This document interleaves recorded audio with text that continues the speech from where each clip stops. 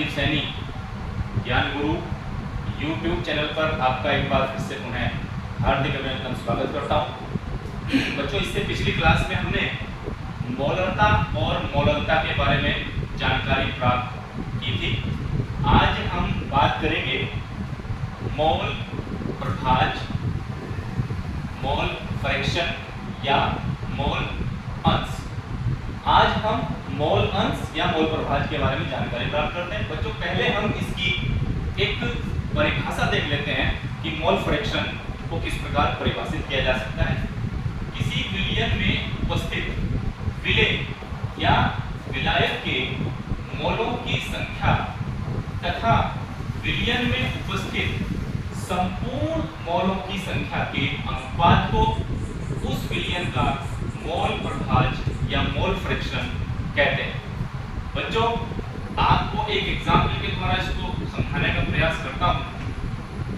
जैसा कि हम सभी जानते हैं कि विलयन के अंदर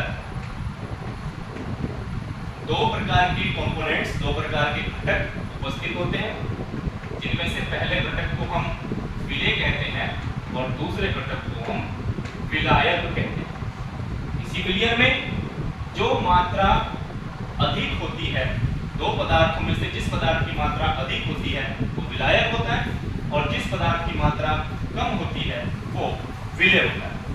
तो बच्चों, यदि हम इसमें मान के चलें कि किसी विलयन में जो विलेय है उसकी मात्रा स्मॉल n मोल है तथा जो विलायक है, विलायक की मात्रा कैपिटल N मोल है। विलेय के अणुओं की विलेय की मात्रा स्मॉल n मोल और विलायक की मात्रा कैपिटल N मोल। तो यदि हम विलयन के मोलों की बात करें तो विलयन के मोल क्या हो सकते हैं? विलेय प्लस विलायक। तो विलयन के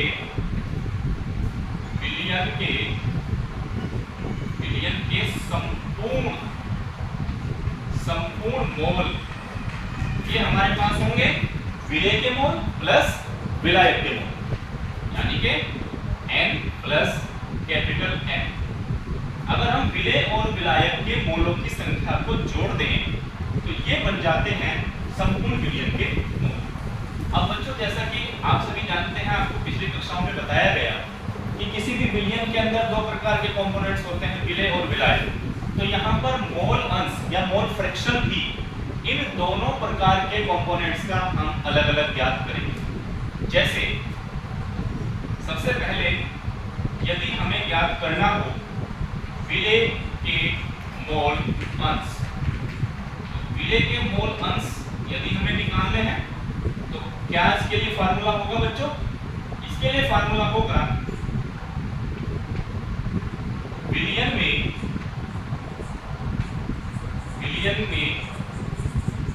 विलेय के मोल,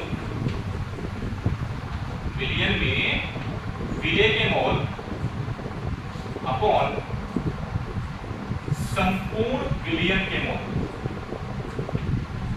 संपूर्ण विलयन के मोल।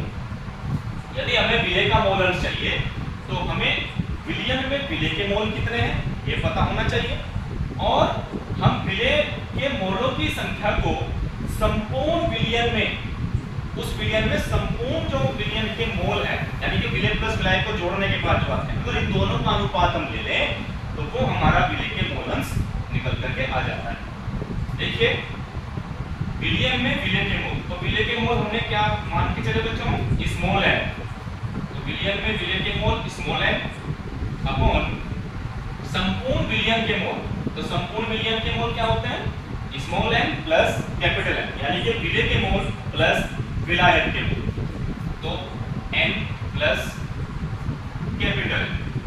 तो ये एक फार्मूला बच्चों आता है हमारे पास विलेय के मोल अंश को फाइंड करने के लिए, मोल अंश विलेय के निकालने के लिए। तो ये हमारे पास पहला फार्मूला आ जाता है बच्चों। इसी प्रकार यदि हमें विलेय के बाद निकालने हो विलायक के मोल अंश, विलायक के मोल अंश या mole fraction of the solvent, mole अंश मोल प्रभाज ये एक ही चीज होती है। तो इसमें हमें क्या करना होगा बच्चों, इस बार क्या करना होगा, विलयन में विलय के मोल रखे थे, याद रखेंगे विलयन में इसके विलायक के मोल, विलायक के मोल अपॉन संपूर्ण विलयन के मोल। चलिए यदि हमें इसका फार्मूला तैयार करना हो तो क्या होगा, विलयन में विलायक के मोल, तो विलायक के मोल को हम किससे डिनोट कर रहे हैं, कैपिटल एन से। तो इस बार ऊपर की तरफ लिया जाएगा कैपिटल एन अपॉन संपूर्ण विलयन के मोल, तो संपूर्ण विलयन के मोल n प्लस कैपिटल एन। तो क्या फार्मूला आया, n प्लस कैपिटल एन। ये किसके मोलर्स निकालने का फार्मूला है, विलायक के मोल अंश। तो अब देखिए परिभाषा में हमने क्या दिया था, किसी विलयन में उपस्थित विलेय या विलायक के मोल, मोलों की संख्या तथा विलयन में उपस्थित संपूर्ण मोलों की संख्या के अनुपात को उस विलयन का मोल प्रभाज या मोल फ्रैक्शन कहते हैं। तो यदि हमें विलेय के मोल अंश चाहिए तो उसमें हमें सबसे पहले देखना होगा कि उस विलयन में विलेय के कितने मोल हैं। अगर हमें विलेय के मोल अंश चाहिए तो उस विलयन में विलेय के कितने मोल हैं। विलेय के मोलों की संख्या को उस विलयन में उपस्थित संपूर्ण विलयन के मोलों की संख्या से भाग दे देंगे। तो इसको हमने मान के चले विलयन में विलय के मोल कितने, स्मॉल n, संपूर्ण विलयन के मोल n प्लस कैपिटल N। तो ये फार्मूला हमारे पास आ जाता है विलय के मोलर्स निकालने का। इसी प्रकार यदि हमें विलायक के मोलर्स निकालने हो तो विलयन में विलायक के मोल अपॉन संपूर्ण विलयन के मोल। तो विलायक के मोल हमने कैपिटल N से डिनोट किया और संपूर्ण विलयन के मोल n प्लस कैपिटल N, यानी कि small n plus capital N। तो ये दो फार्मूला हमारे पास आते हैं जिनके माध्यम से हम मोल अंश या मोल प्रभाज को ज्ञात कर सकते हैं। इन सूत्रों पे अब हम एक एग्जाम्पल देखते हैं।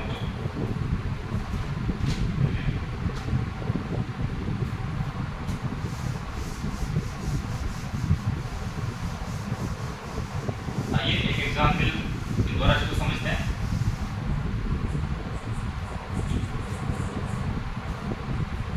एग्जाम्पल नंबर 1, 3 मोल अल्कोहल को 3 मोल अल्कोहल को 9 मोल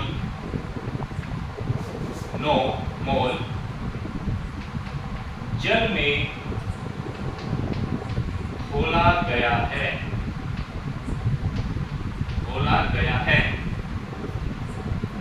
इस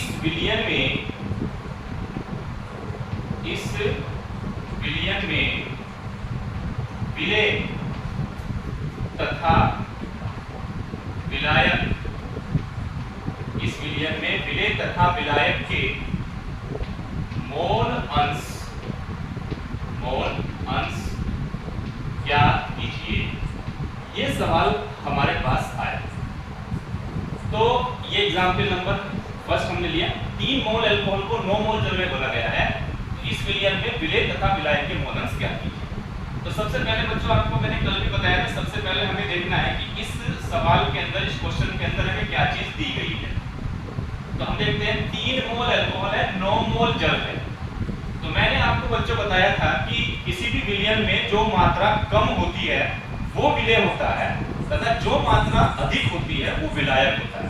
तो हमारे पास दो मात्राएं हैं, 3 मोल है, दूसरी मात्रा 9 मोल है। तो कम मात्रा कौन सी हुई, 3 मोल। इसका मतलब जो विलेय है, विलेय के मोल वो हमारे पास 3 मोल है, तो ये मात्रा कम है। 9 मोल मात्रा अधिक है, तो ये इसलिए विलायक के मोल होंगे। विलायक के मोल हमारे पास 9 मोल। तो बच्चों इस सवाल में विलेय के मोल हमारे पास कितने हैं, 3 मोल हैं, जबकि विलायक के मोल हमारे पास 9 मोल हैं। यदि हम देखना चाहें तो संपूर्ण विलयन के मोल कितने हो जाएंगे, संपूर्ण विलयन के मोल। तो संपूर्ण विलयन कब बनता है बच्चों? संपूर्ण विलयन बनता है किससे? विलेय प्लस विलायक। जब इन दोनों को हम मिलाते हैं तो संपूर्ण विलयन बनता है। विलेय के मोल 3 है और विलायक के मोल 9 है, तो टोटल बच्चों आएगा 12 मोल। तो संपूर्ण विलयन के मोल हमारे पास आ जाते हैं 12 मोल। अब चलिए सवाल में क्या पूछा है? विलेय तथा विलायक के मोलंश ज्ञात कीजिए। चलिए तो नंबर 1 हम ज्ञात करेंगे विलेय के मोल अंश। तो इसके लिए आपको बताया था बच्चों formula small n upon small n plus capital n। विलेय के मोल बटे संपूर्ण विलयन के मोल। तो विलेय के मोल ये स्मॉल n की वैल्यू हमारे पास है जो विलेय के मोल है, और विलायक के मोल ये कैपिटल N की वैल्यू हमारे पास है। तो चलिए क्या आएगा बच्चों? n स्मॉल n t बटे कितना आया? t प्लस 9, वही निकाला हमने 12। कितना आया? 3 बटे 12। इसको छोटा कर लेंगे तो आ जाता है बच्चों 1 बटे 4। तो 1/4 इसको छोटा करके हम दशमलव के रूप में भी ले सकते हैं। तो हमारे पास जो विलेय के मोल अंश होंगे वो 1/4 होंगे। याद रखें, इसको दशमलव में हम करना चाहें तो दशमलव में इसको कर सकते हैं, वो छोटा इसको कर सकते हैं। इसके बाद बच्चों हम लोग चेक करेंगे दूसरे नंबर पर विलायक के मोल अंश। तो विलायक के मोल अंश कैसे ज्ञात होते हैं बच्चों? Capital N upon N plus capital N। चलिए कैपिटल N ये वैल्यू कितनी है? कैपिटल N 9 अपॉन 3 प्लस 9 यानी कि 12। 3 से कट जाएगा, 3 या 9, 3 चौक 12, कितना आया? 3/4।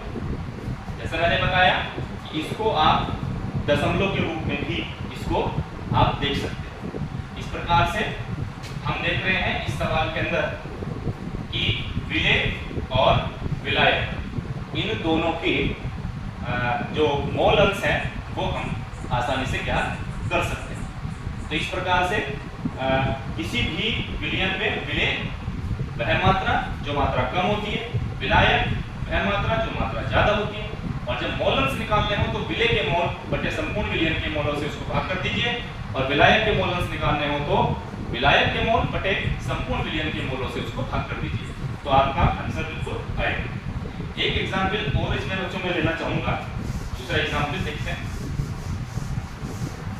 दूसरा एग्जाम्पल देखिए, काफी इंपॉर्टेंट टॉपिक है ये। मैंने आपको कल परसों भी बताया था ये टॉपिक बहुत इंपॉर्टेंट है। एग्जाम्पल नंबर 2 4.6 ग्राम 4.6 ग्राम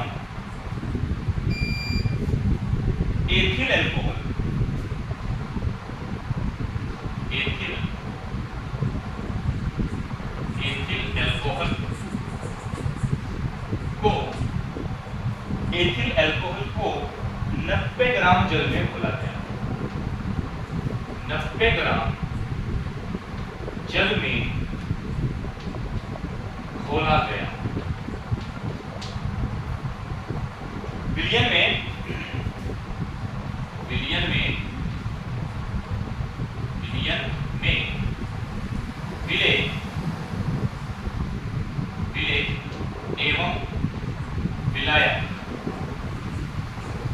विलेय एवं विलायक के मोल अंश ज्ञात कीजिए।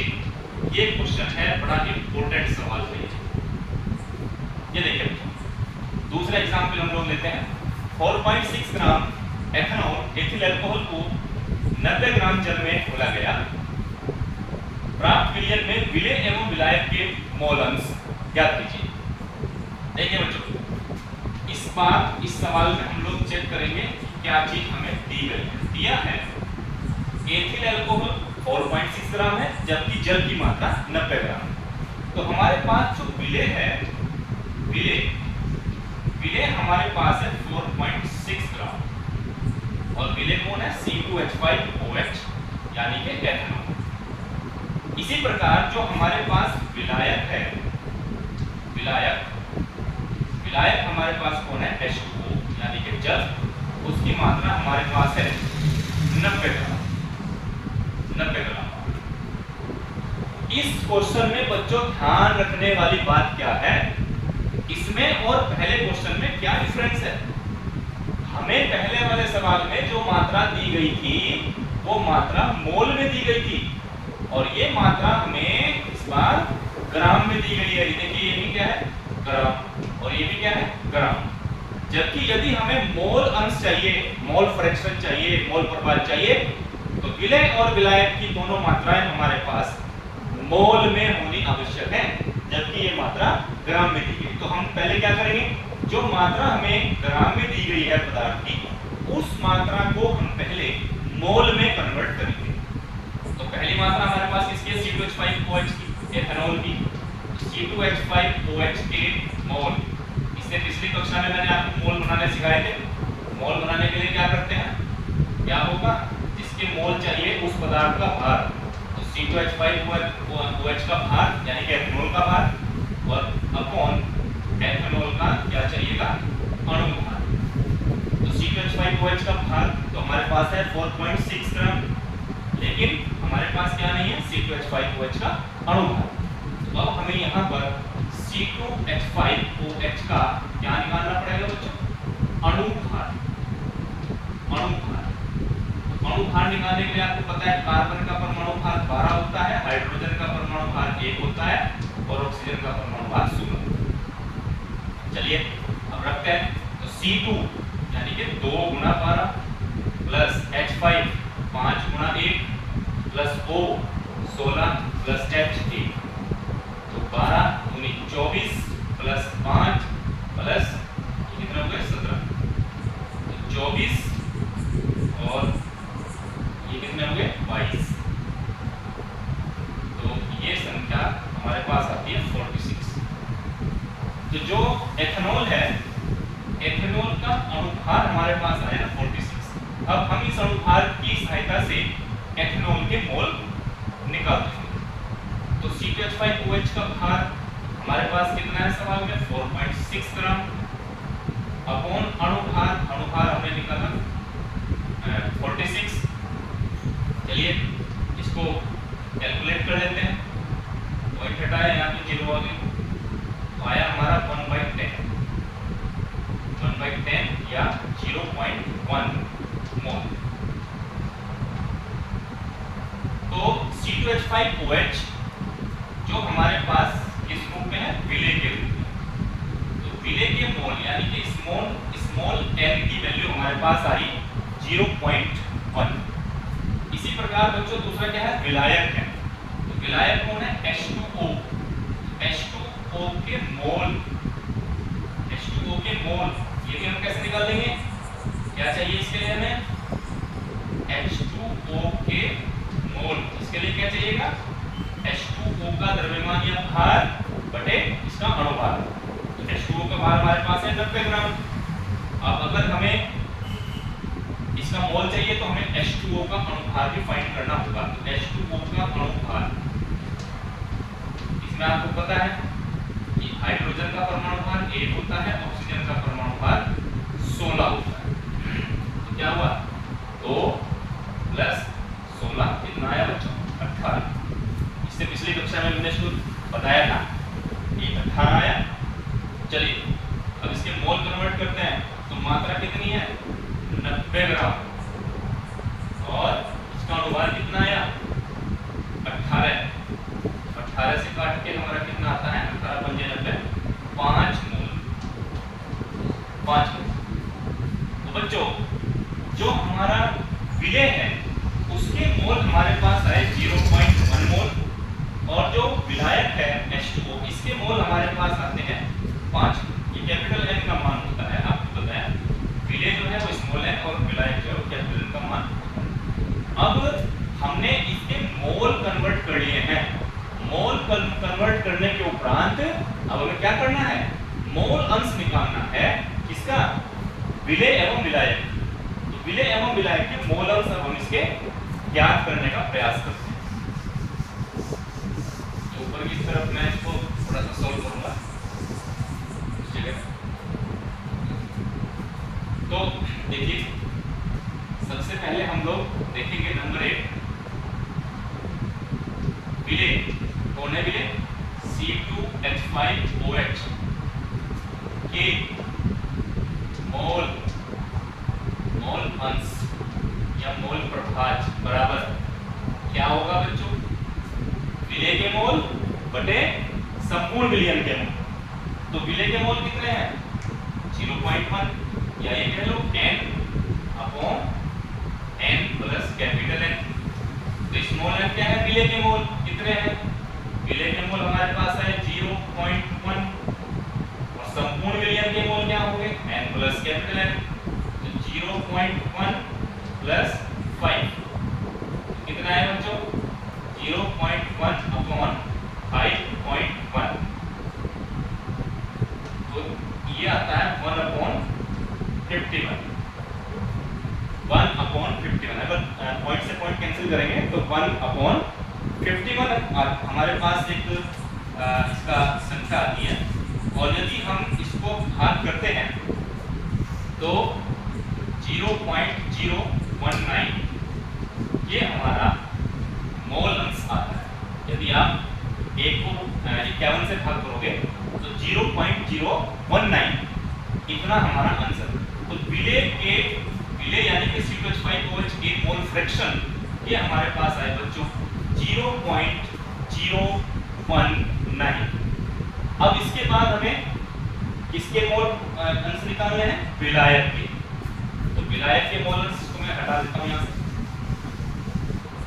विलायक के मोल अंश नंबर 2 यहां लिखते हैं विलायक के मोल अंश। इसके लिए क्या फॉर्मूला बताया था बच्चों capital N upon N plus capital N equal to capital N 5 mole, जो विलायक के मोल होते हैं वो कैपिटल N होता है।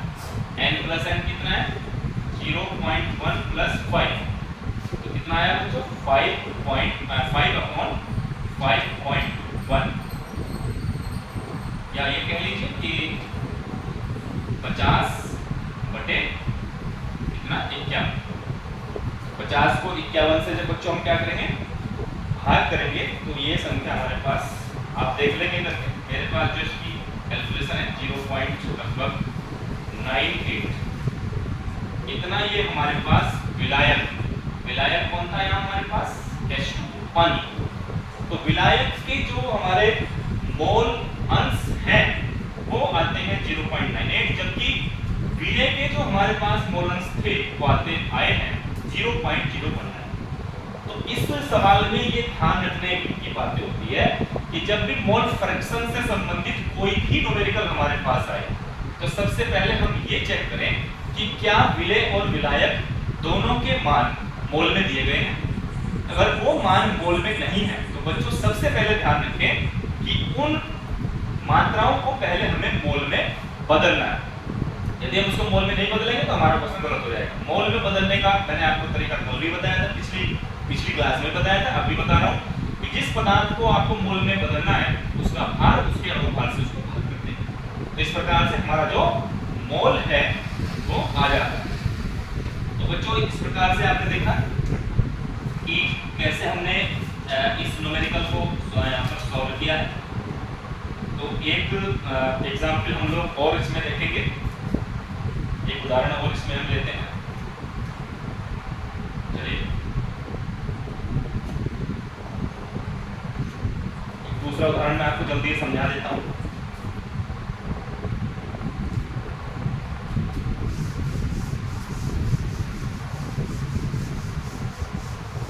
आपकी जो एनसीईआरटी की बुक है उसके अंदर बहुत सारे एग्जाम्पल्स हमें दिए गए हैं।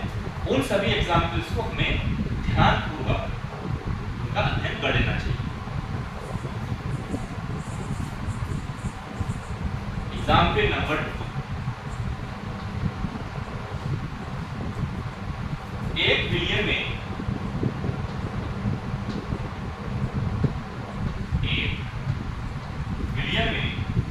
बेंजीन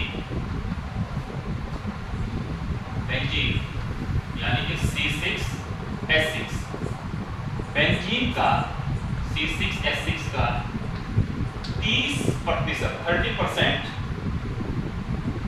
द्रव्यमान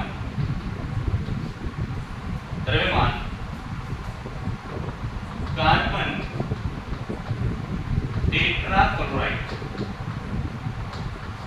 टेट्राक्लोराइड, ये होता है CCl4 में खुला है। इसमें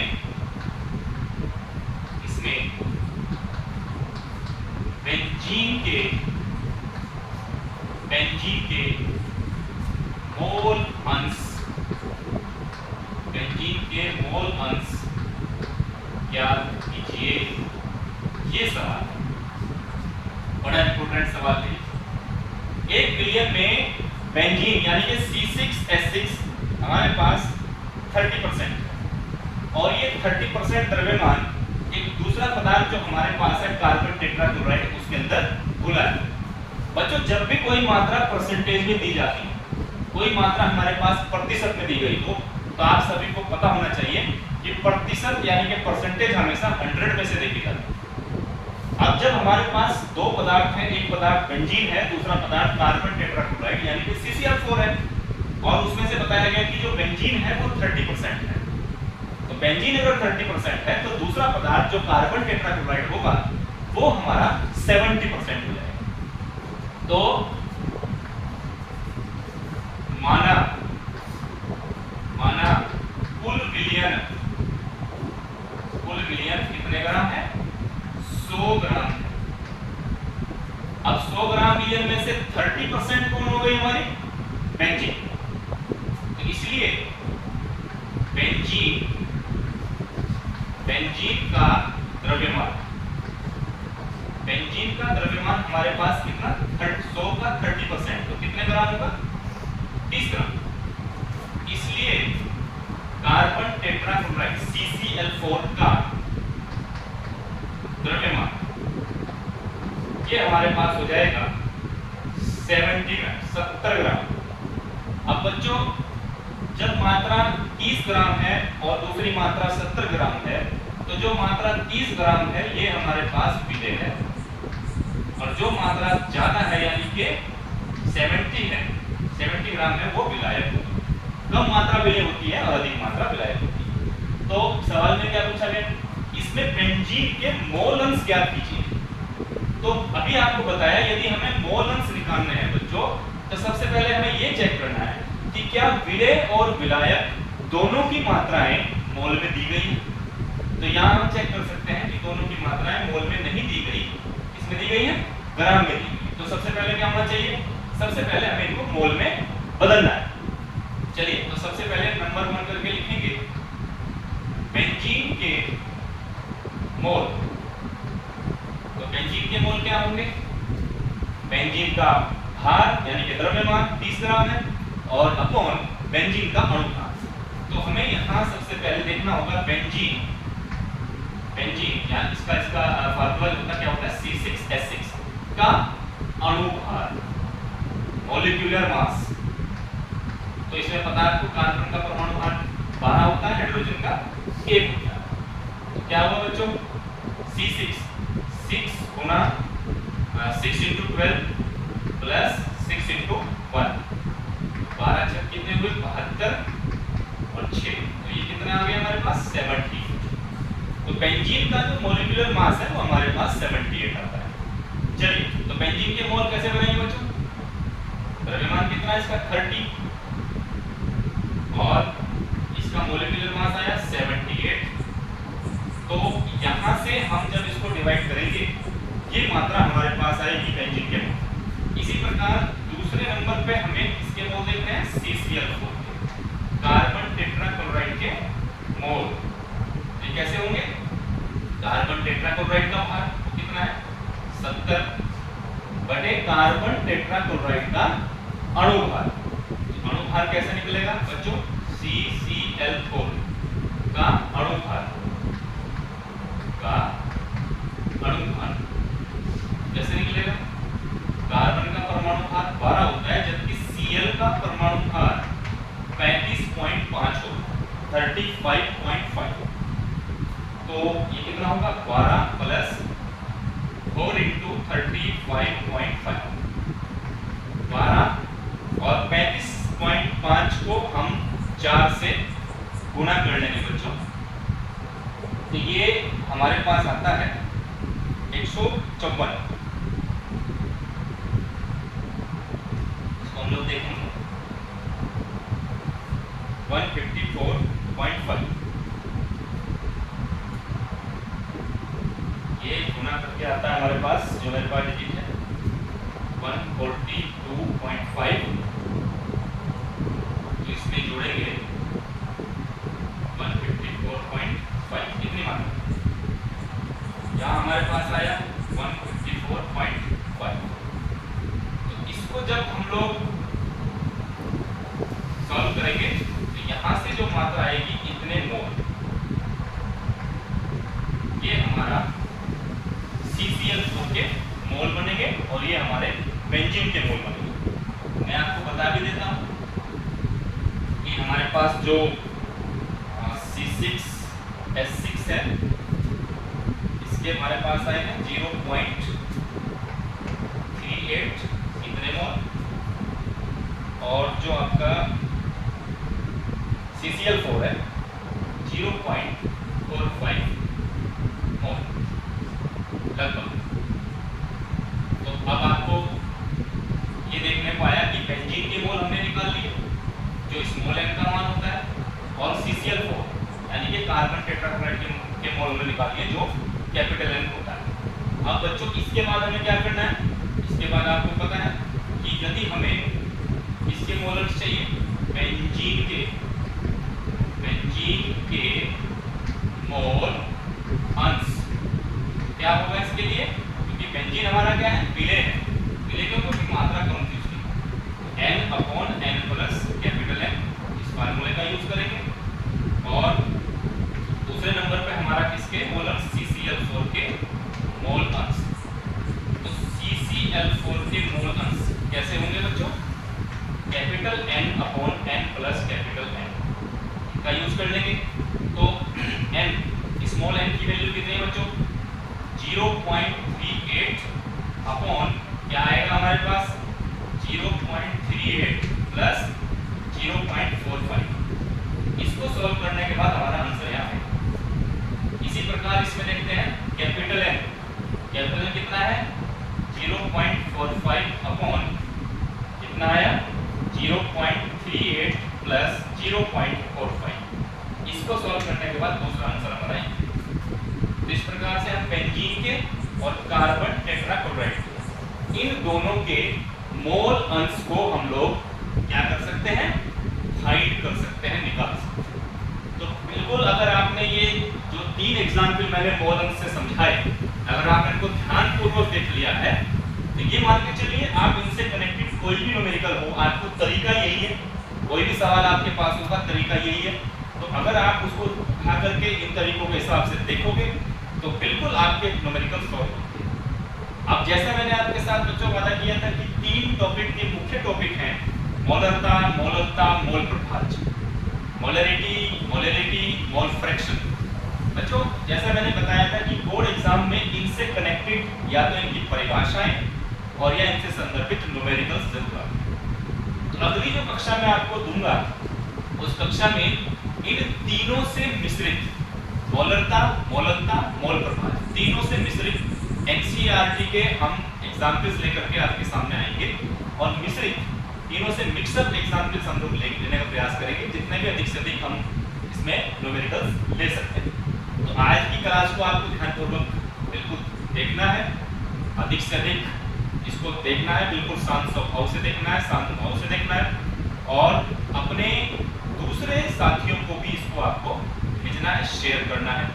अगर ये वीडियो, ये प्रयास आपको अच्छा लग रहा हो तो इस वीडियो को जरूर शेयर किया करें, इस पर कमेंट किया करें, और इस चैनल को जो राजीव सैनी ज्ञान गुरु के नाम से चैनल हमारा है, इसको आप अधिक से अधिक सब्सक्राइब करें। तो आपने इस क्लास को बढ़िया प्रकार देखा, बहुत अच्छी तरीके से आप सब बच्चे प्रयास कर रहे हैं और आगे भी आप प्रयास करते रहो। मेरी ओर से सभी बच्चों को best of luck. Thank you very much, bye bye और टाटा।